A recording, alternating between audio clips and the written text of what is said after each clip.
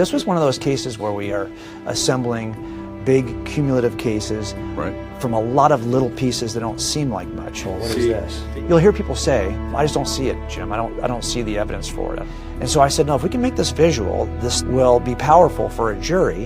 And then I knew of all the cases we were going to do, this was the case. But you got to have some evidence. And a previous DA had turned it down, so what do you do? Well, it's all that stuff hiding in plain sight. So my goal when I come into these kinds of cases is to see this stuff and amplify so it comes to its real significance. My background was, before I became a police officer, I got a bachelor's degree in design and then a master's degree in architecture. So for me, it was all really about putting all these bits together. Yeah, it's about how do I make this visual in a way that's compelling, but not where I'm just taking my words and trying to find images. Can I speak visually? Yeah. And that's what we're trying to do here. So I knew that every generation we deal with as a jury is going to become more and more visual. They speak a language I call visualish. It's not English, it's visualish. Okay. So we got to start speaking visualish. And by about the turn of the millennium, they were doing that. Yeah. So we started making these things visual.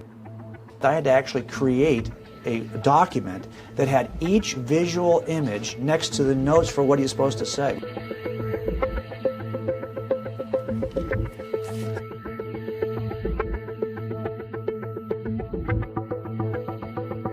You give me all these pieces of evidence.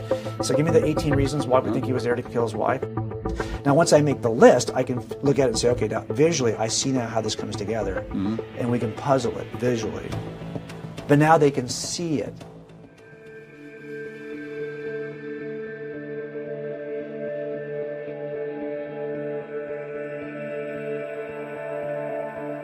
Bill Bradford thought it was impossible that we would win this case.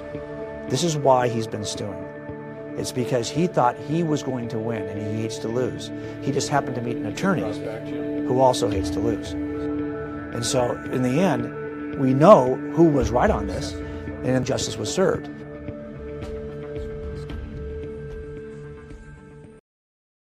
I think probably a lot of people in this room maybe were where I was. I just didn't have anybody in my family who was a Christian. I was raised in Southern California. My parents were not Christians. My dad was very committed atheist. He's also a detective before me. Some of my cases I reopened were his old cases. Oh, really? Yeah, and I just felt like, hey, if I can solve this case and make my dad look really bad, wouldn't that be awesome? Right? But I never did solve his old cases, but I tried a couple times. But he was somebody who had a lot of skepticism, because I think skepticism, if you think about it, serves you really well as a detective, right? If you trust people and everything they say, well, then no one's ever going to go to jail.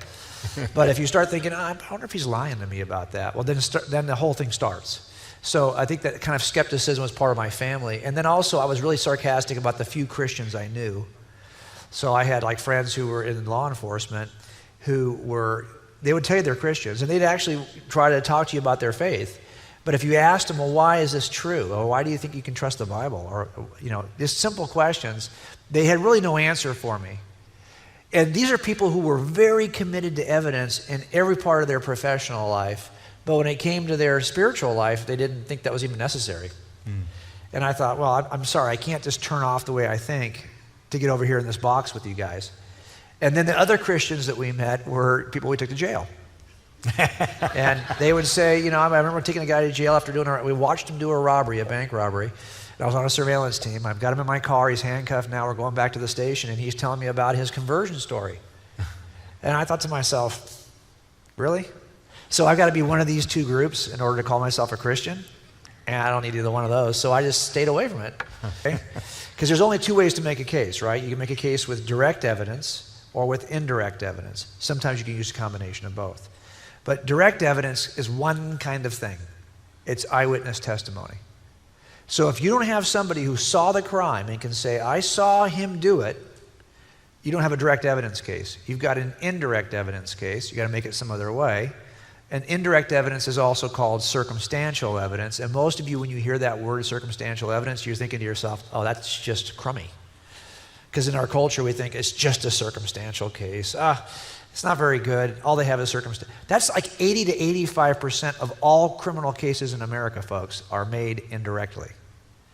So, and we actually have a jury instruction in which judges tell juries they are not to consider direct evidence as having any more weight than indirect evidence. They're to be given the exact same consideration.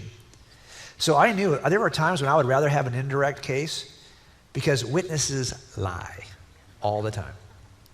And you can be wrong about the indirect evidence, but it's not because it's trying to lie to you. You just misread it. But witnesses do lie. And so when I was looking at the Gospels, I just needed to know these allegedly were eyewitness accounts, at least 2 of them. The other 2 were reported to the writer as from an eyewitness, Luke and Mark. So the question then becomes, do I trust these or telling me the truth about what Jesus? And I just got interested because Susie was interested. So a circumstantial case could be an airtight case. Oh, absolutely. I mean, our cases, all of them have been 100% circumstantial with lots of unanswered questions. The case you saw on the little clip, we had lots of unanswered questions there. We didn't know how he killed her. He got rid of her body and claimed she ran off. So for 30 years, we had no body missing. And we started to work it as a homicide. I couldn't tell you how he killed her, where he killed her, how he got rid of her body, how he moved her car, how he did all that stuff he said he did. I could not explain any of that for the jury. They found him guilty in 4 hours. And they did it. And then he later confessed. And then he confessed at sentencing and gave us the location of the body. So we know he's guilty, but we had no way to answer those questions. So if you're in this room right now and you're thinking to yourself, if you're going to make a case for Christianity, I got some unanswered questions. Get over it. That's the nature of every criminal case, by the way. The question is, are the unanswered questions you have really deal killers or not? And so while we had a bunch of unanswered questions, none of those were deal killers for our jury. So I think for me, when I realized as an atheist that the standard of proof in criminal trials is not beyond a possible doubt, because you never get beyond a possible doubt. You think you know things right now beyond a possible doubt? What would that be? What do you think you know beyond a possible doubt? You just tell me, I can give you a possible doubt. Right? But we get in our car every morning, we start the car like it's going to start up and like it's not going to explode in our face. Why? Because it's possible it's got a bomb underneath, but probably not reasonable, because our standard is beyond a reasonable doubt, not beyond a possible doubt. So as an atheist, I always thought, well, the standard's got to be beyond a possible doubt. Really? No, nothing's beyond a possible doubt. It's beyond a reasonable doubt, and that's where I found myself after examining the Gospels. How do I know the Gospel authors aren't lying? Well, I learned a long time ago, I don't trust eyewitnesses. I test eyewitnesses. If you test them and they pass the test, that's different. Well, then you can trust them. But you got to pass the test in order to be trusted. What's the test? Well, we have a 14 questionnaire, 14 questions we give jurors to help them evaluate eyewitnesses in jury trials. They kind of come down to these 4 broad categories. Now, I want to make it easier for you. Look at it as 4 simple words. If the person was really present to see what it is he said he saw, was he really there? 2, can he be corroborated in some way? 3, has he changed his story over time, or has he been honest and accurate? And 4, does he have a bias? So let's just go with simple words. Are they present, verified, accurate, and biased? If they pass the test in these 4 categories, you're supposed to trust them. Well, as an investigator at the age of 35 who had no horse in the race, no desire for Christianity to be true, my wife was more interested than I was, but she was also not a believer.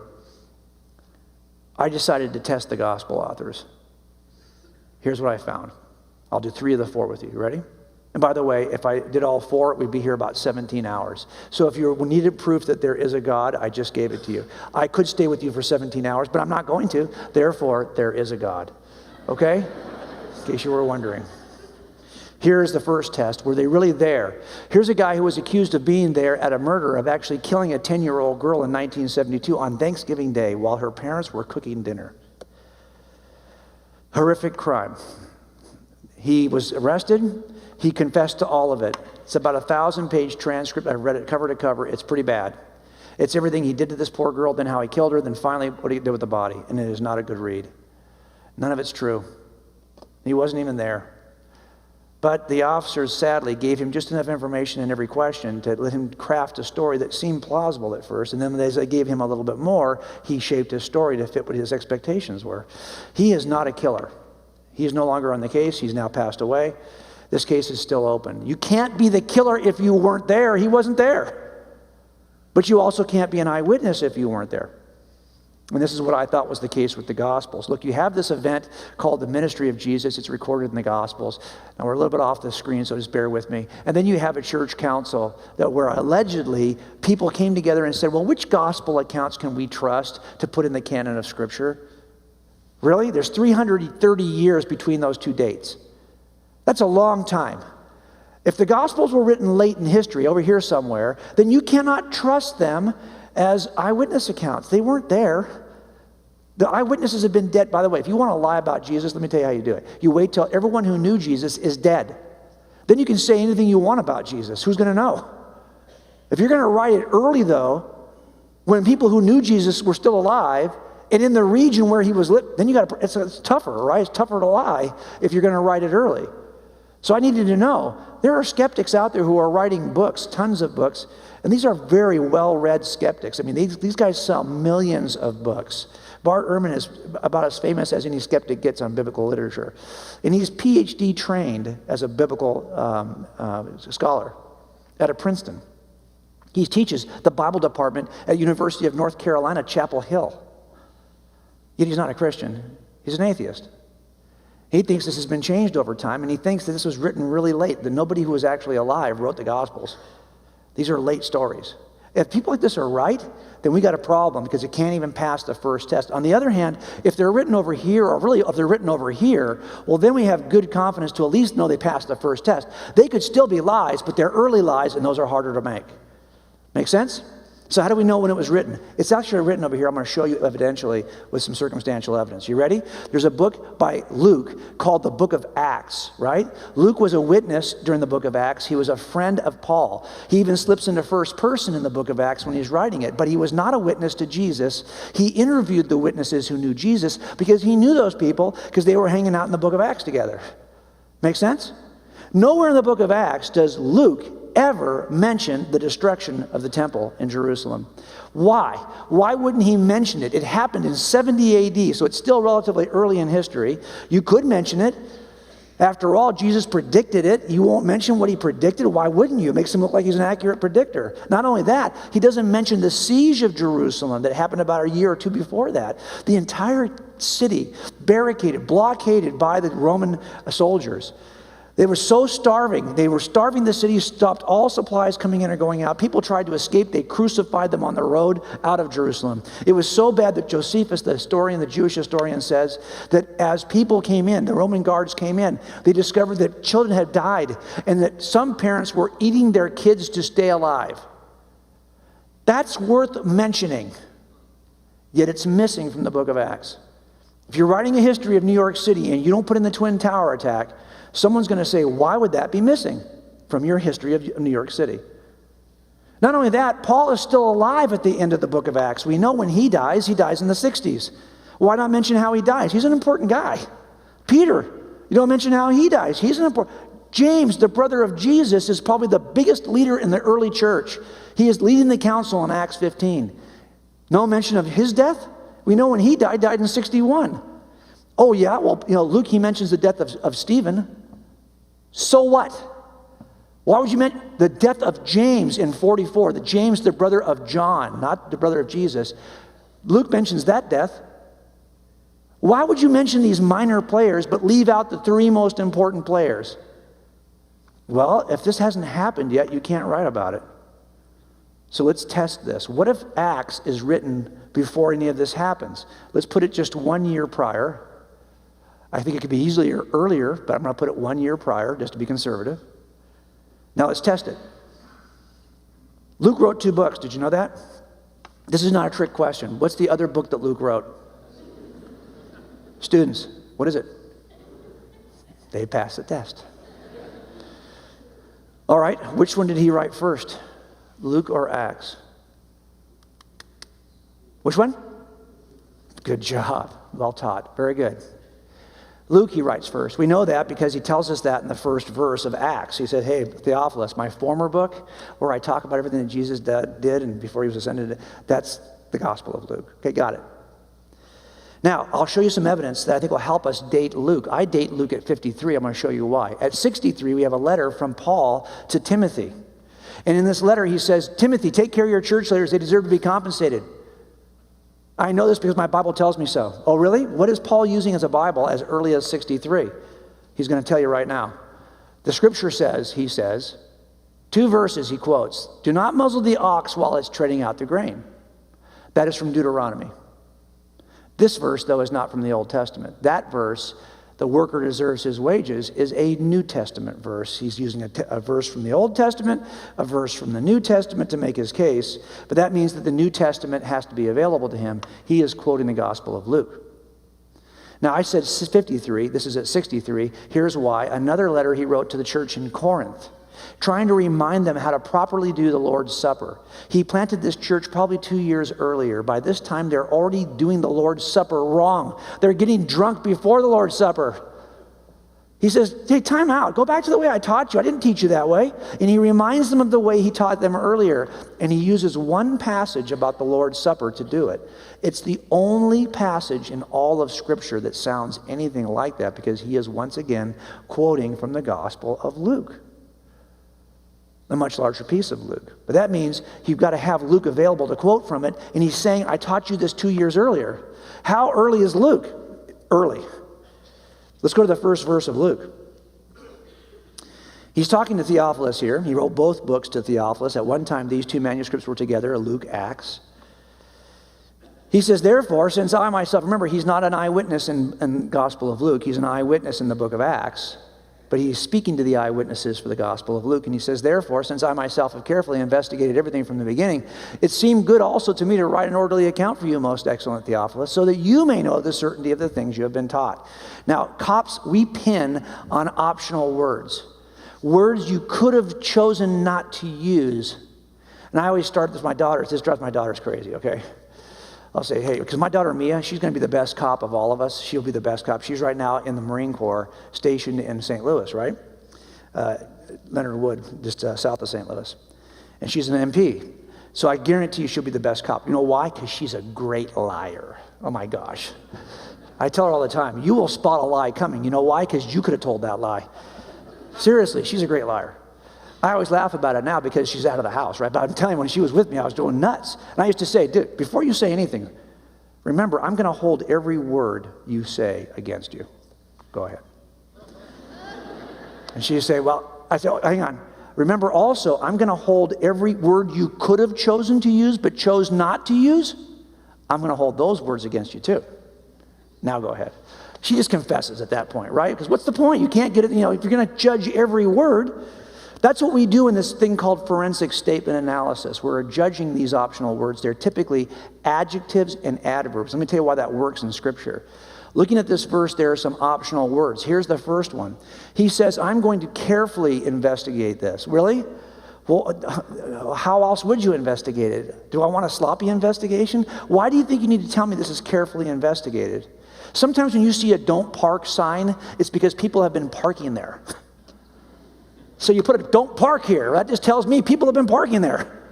Well, why do I say this? Because it appears to be there is an uncareful or less careful version of the Jesus story out there. He's drawing his as a contrast. What would that be? What's the other early story of Jesus? It's Mark. Compare Mark to Luke. Big difference, right? Almost 2-to-1 in terms of volume and detail. Luke is very careful. Not only that, he uses this optional word as a title, most excellent. That's a title given to very few people in local cities. Probably Theophilus is somebody important. But we don't know. Here's another optional word, orderly.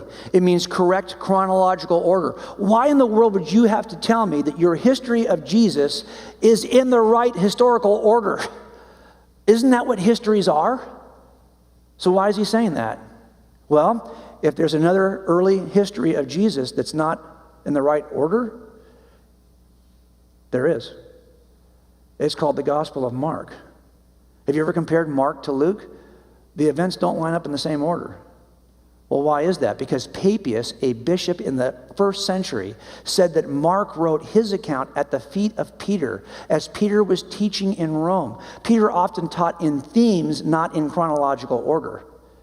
So Papias says that Mark's account is, according to this ancient document, accurate, if not orderly.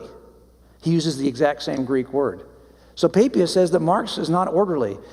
And who do you think Luke quotes word for word more than any other source? Mark. Only he's now got it in the right order. But that means that Mark's account has to be first, because he's quoting it, which he is. Check it out for yourselves. But that means that Mark's account is pretty early. I didn't say this in the first service. I'm just going to say it right now. Not all memories are created equal. You mean to tell me somebody could come in 30 years later and tell you some story from 30 years ago and you're going to believe it? That's a big time span here. Even if it's 20 years, you're going to be you think you can trust someone's account from 20 years earlier? Yeah, we do that for a living. You know why? Because memories aren't created equal. You probably only saw one murder your whole life. You probably remembered it. How about you men in this room? It's not that, what is it, September? What did you do with your wives for Valentine's Day this year? Do you remember? Sadly, your wife doesn't even remember. That's even worse. But if you ask me, what did I do with my wife this year for Valentine's Day? I can't tell you. I've had 38 with her. I don't remember them all. But if you ask me, what did you do with your wife for Valentine's Day in 1988? Oh, that's the day I married her. I remember that day hour by hour. I can tell you the whole day. I won't miss much detail on that day because that Valentine's Day sticks out to me. It's not created equal to the other Valentine's Day. Look, do you guys hunt or fish out here anywhere? Is there good hunting and fishing out here? I bet there is. If I asked you, hey, do you fish? Yeah, I fish like every week, sometimes twice a week. Really? What was the fishing like on December 12th, 2011? I don't know. You don't remember, huh? No. You could fish every day and not remember all your fishing. But if there's a day you were out there fishing and a dude walks up to you on the water, you will remember that day. So why do I think these details are probably pretty accurate? Because there was nobody else who did what Jesus did. That stuff's going to stick out in your head. We do make timelines in criminal cases to figure out if the murderer is available to do the crime. We're doing timelines here to figure out if these authors were available to write about Jesus. Let me move quickly. This next section I'm going to skip. We're running short of time. I'm sorry. I will send it to you. I think verification is important, and there is a ton of corroborative evidence, both archaeologically, both first century authors who write about Jesus who are not even Christians. There's lots of stuff you can look at. I'm going to have to skip that right now. I will send it to you. This third section that was important to me, this is a guy we took to jail for no other reason other than he changed his story over time. And his story became more and more embellished. He killed his wife about 1981.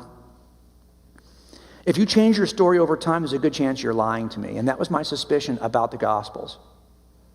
You have this event, and then you have the council.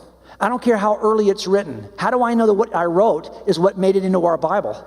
How do I know it wasn't changed? The simple preaching rabbi called Jesus of Nazareth, who never did a miracle, never walked on water, never rose from the grave, just a simple first century rabbi, has been extrapolated and exaggerated into the Christ of Christianity from several changes in the original documents. That's the claim. You can see the same kind of thing could happen at a criminal scene, right? I've got a crime scene, there's the courtroom. I'll put a piece of evidence in the crime scene, that's a casing, a bullet casing from a semi-automatic pistol. I'll bring it into court years later, I'll say, you know what, there's an extractor pin mark on that casing that demonstrates that this defendant's handgun was used in the crime, because extractor pin marks make a relatively unusual mark on the casing, and sometimes they can be unique to the gun, and you can identify the casing to the gun. Really, Jim? How do I know that somebody didn't pull that out of property years later and etch in the extractor pin mark on the casing and put it back in property? Then they took it to the crime lab. They had no idea it had been tampered with. And they worked it like it was really legitimate evidence. They bring it to you years later. You had no idea that it had been changed earlier in history. Couldn't the same thing happen with one of the Gospels? Say like the Gospel of John. Okay, I have some Gospel of John. I don't care what it said originally. What it says now is not the same, because we think it's been altered. How many times? I don't know. 10? 100?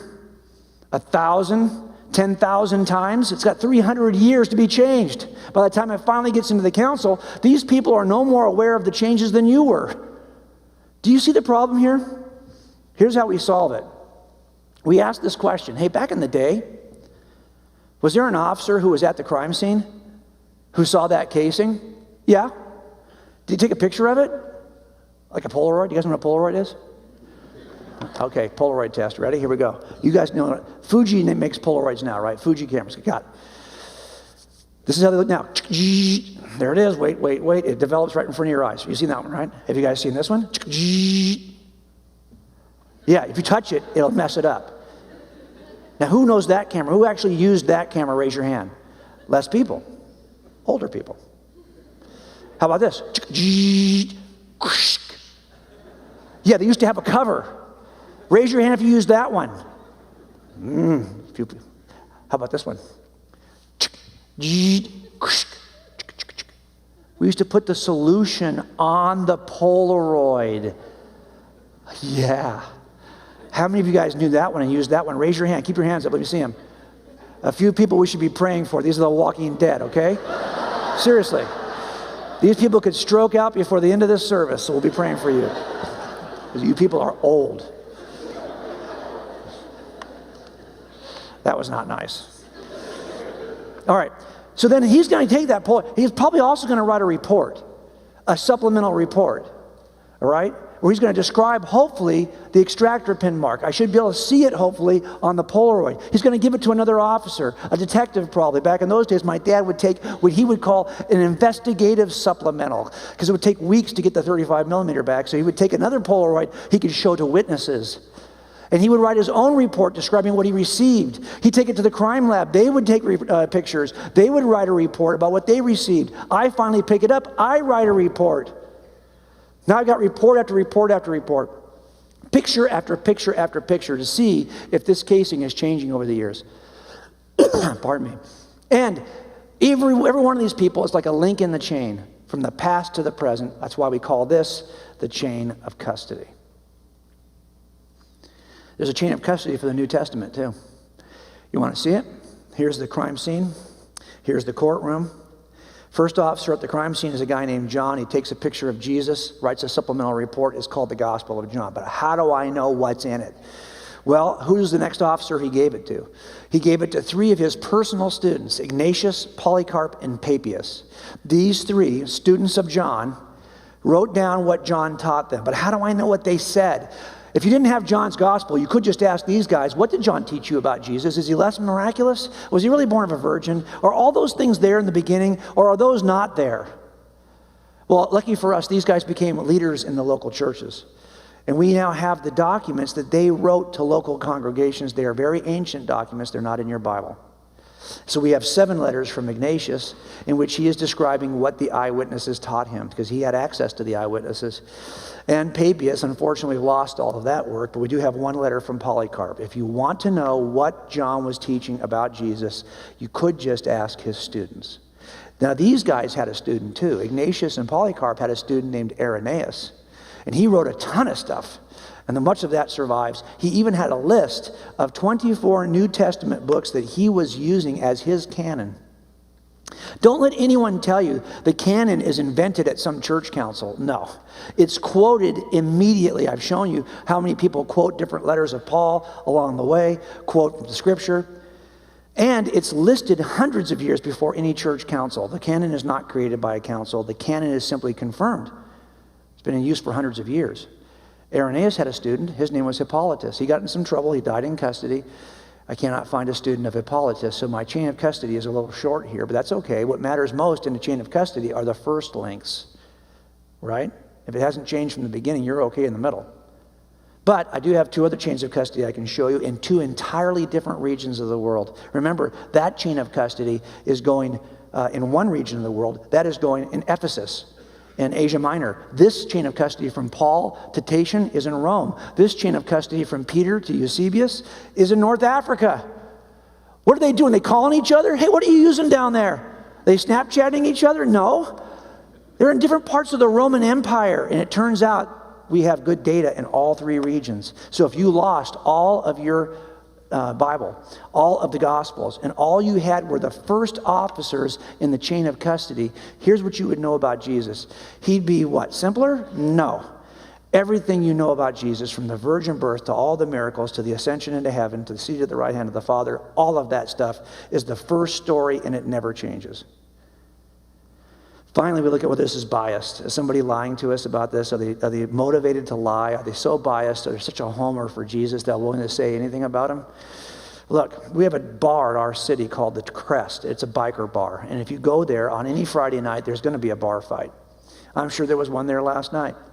And when we get those bar fight calls, we dispatch rookies because we want the rookie to see if he can handle a bar fight.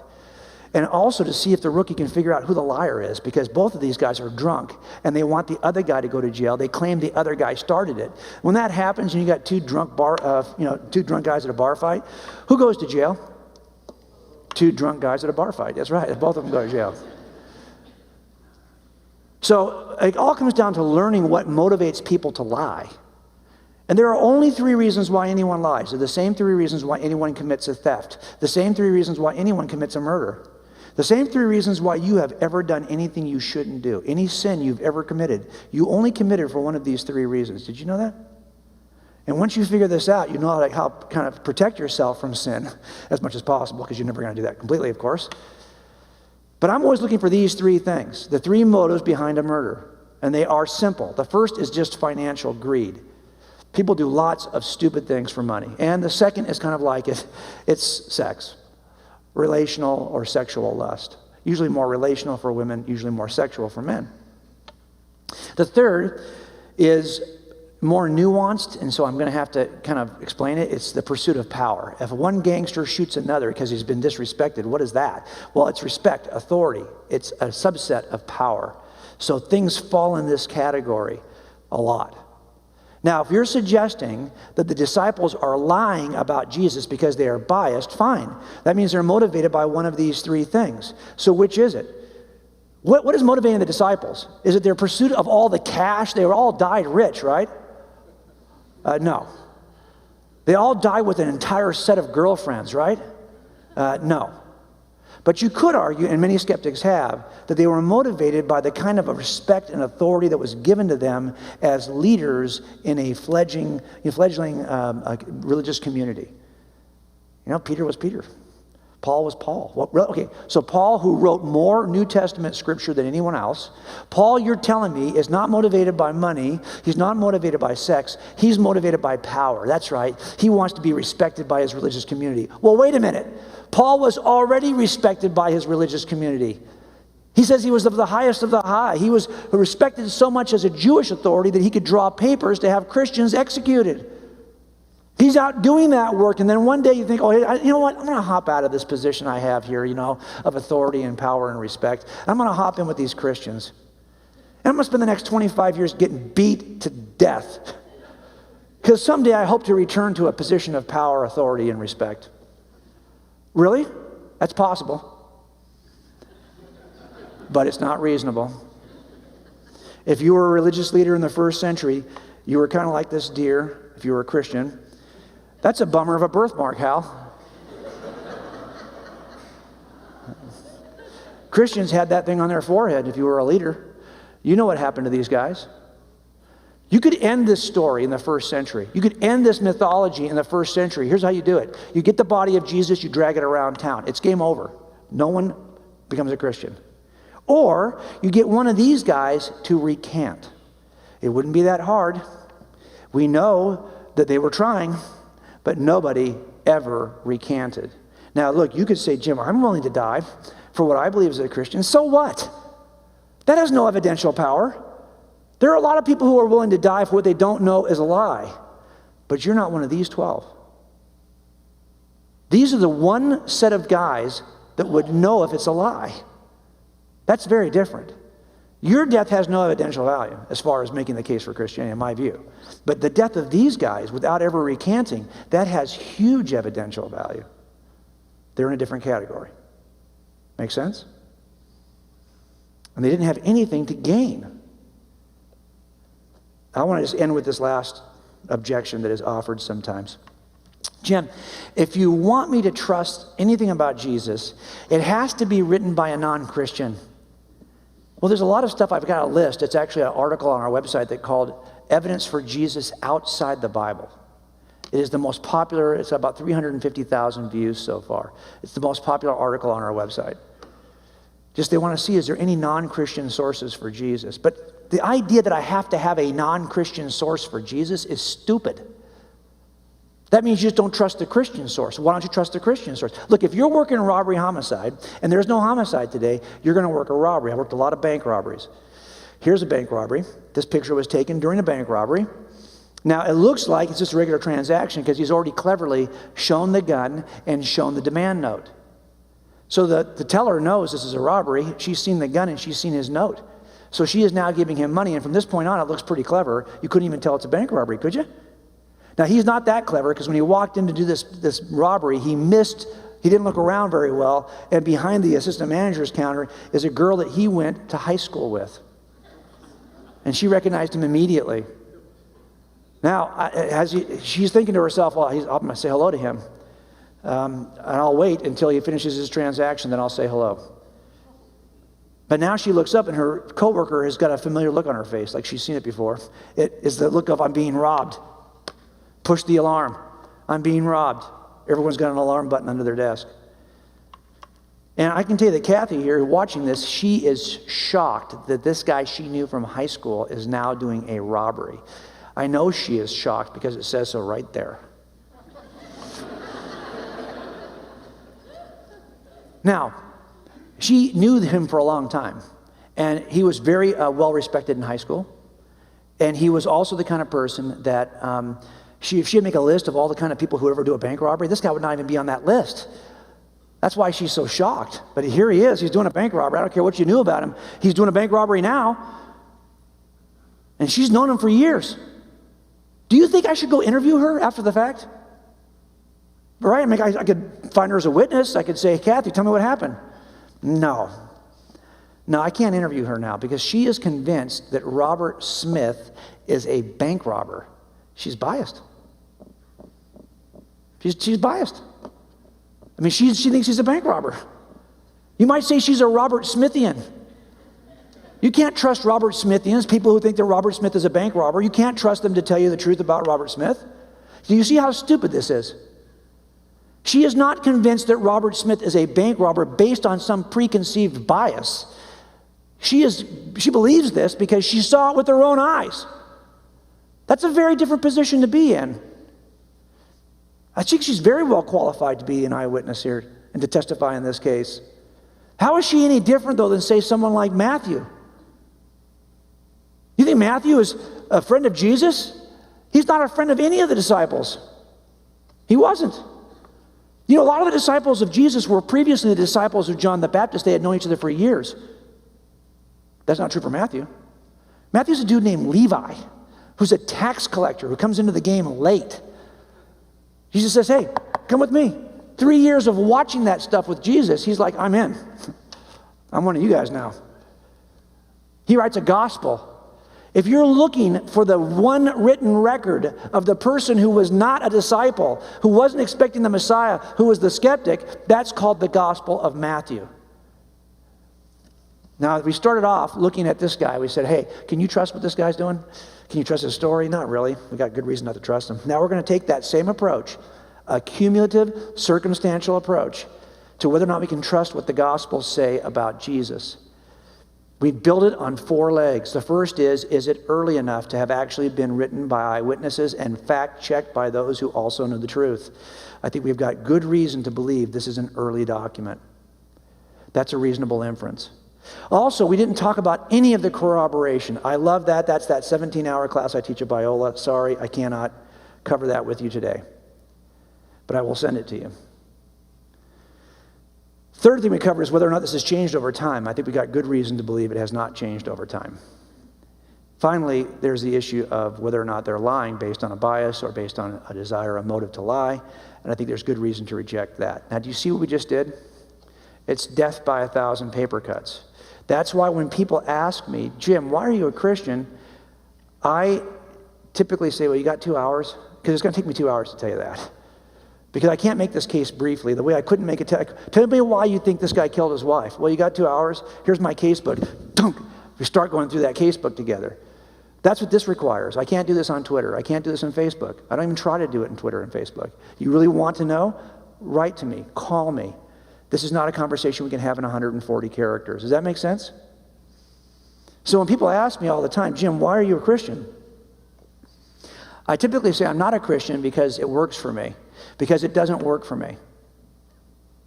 This is not an easy worldview to hold in 2017. It'll be much harder to hold in 2018 if you haven't been paying attention. You realize that the culture now rejects almost entirely the moral teaching of our master.